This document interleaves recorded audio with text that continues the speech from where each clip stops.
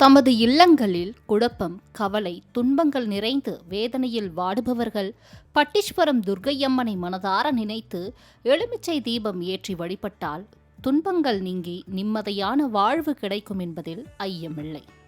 சாந்த முகத்துக்காரி என்று அன்போடு அழைக்கப்படும் அன்னை துர்க்கையம்மன் ஆலயம் தஞ்சை மாவட்டம் கும்பகோணம் அடுத்த பட்டீஸ்வரம் என்ற ஊரில் தேனுபுரீஸ்வரர் எனும் சிவாலயத்தில் தனி பெருமையோடு அமைந்திருக்கிறது. ஆதி கரிகால சோழனின் இஷ்ட தெய்வமான துர்க்கையம்மன் இக்கோவிலில் இதழோறும் புன்னகையுடன் காட்சி தந்து தன்னை வணங்க வரும் பக்தர்களுக்கு தாய் உள்ளத்தோடு அருள் வழங்கி வருகிறார்.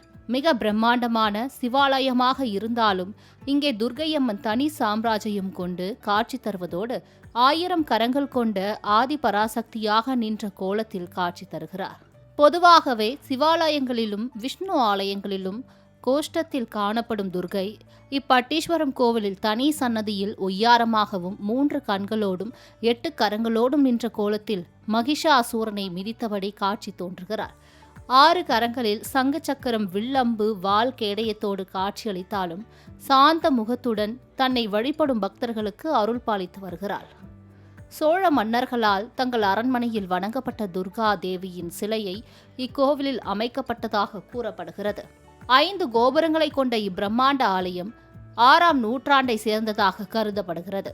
வேத காலத்தில் இத்தலத்தில் சிவலிங்கத்தினை வைத்து பார்வதி தேவி தவம் புரிந்தபோது அவளுக்கு துணையாக காமதேனுவின் மகளான பட்டியும் சிவலிங்கத்திற்கு பால் சொரிந்து அபிஷேகம் செய்துள்ளனர். இதனால் ஆனந்தமடைந்த ஆனந்த தாண்டவ மூர்த்தியான சிவபெருமான் பார்வதி தேவிக்கு சடாமுடியுடன் காட்சி அளித்ததோடு பசுவான பட்டியின் பெயர் கொண்டு பட்டீஸ்வரனாக இக்கோவிலில் வீற்றிருக்கிறார். பெரும் தவ வலிமை கொண்ட இத்தலத்தில் ராகுவும் கேதுவும் அம்பாளை அனுதினமும் வணங்கி வருவதாகவும், ஆதலால் ராகு காலத்தில் எவர் ஒருவர் துர்க்கையை பூஜிக்கின்றார்களோ அவர்களுக்கு ராகு பவனால் எந்த கெடுதல்களையும் செய்யாது நல்லதே செய்வார் என்பது ஐதீகமாக உள்ளது. அதுபோல செவ்வாய் கிரகமும் இங்கு வந்து அன்னைக்கு சிவப்பு பூக்களை போட்டு பூஜிப்பதால் இந்த துர்க்கைக்கு சிவப்பு மாலை சாத்தி வேண்டிக் கொண்டால் செவ்வாய் தோஷம் விலகும் என்பது நம்பிக்கையாக உள்ளது.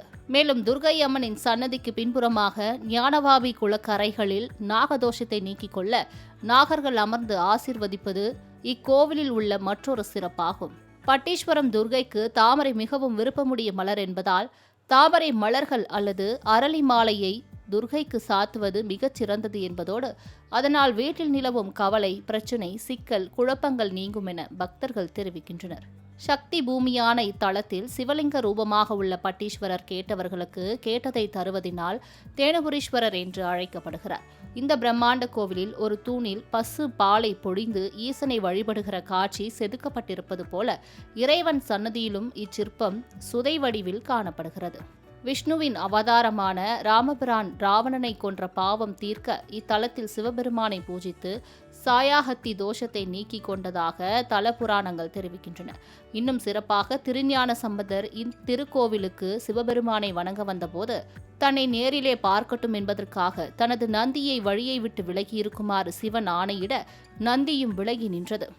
இதன் சாட்சியாக இந்த ஆலயத்தில் மட்டும் சிவனுடைய சன்னதியிலும் சரி, அதன் நுழைவாயிலிலும் சரி, சிவலிங்கத்தை நந்தி மறைத்தபடி நிற்காமல் ஒரு பக்கமாக அமர்ந்து காணப்படுகிறது. இத்தலத்தில் பட்டீஸ்வரரையும் இங்குள்ள ஞானாம்பிகையை வணங்குவதின் மூலம் அனைவருடைய பூர்வ ஜென்ம பாவங்கள் மெல்ல மெல்ல மறைவதாக கூறப்படுகிறது. அம்மனுக்கு உகந்த மாதமாக கருதப்படும் ஆடி மாதத்தில் பட்டீஸ்வரம் ஆலயத்தில் உள்ள அறம் வளர்த்த நாயகி அம்மனுக்கு சிறப்பு பூஜைகள் செய்வதோடு ஆடி வெள்ளிக்கிழமைகளில் அம்மனுக்கு கூழ்வார்த்தல் மற்றும் அபிஷேகம் ஆராதனைகள் நடைபெறுகிறது. அப்போது அம்மனுக்கு இனிப்பு பொங்கல், அரிசி மற்றும் வெல்லத்தால் செய்யப்பட்ட இனிப்பு உணவுகளை பிரசாதமாக படைத்து பக்தர்களுக்கு வழங்கி வருகின்றனர்.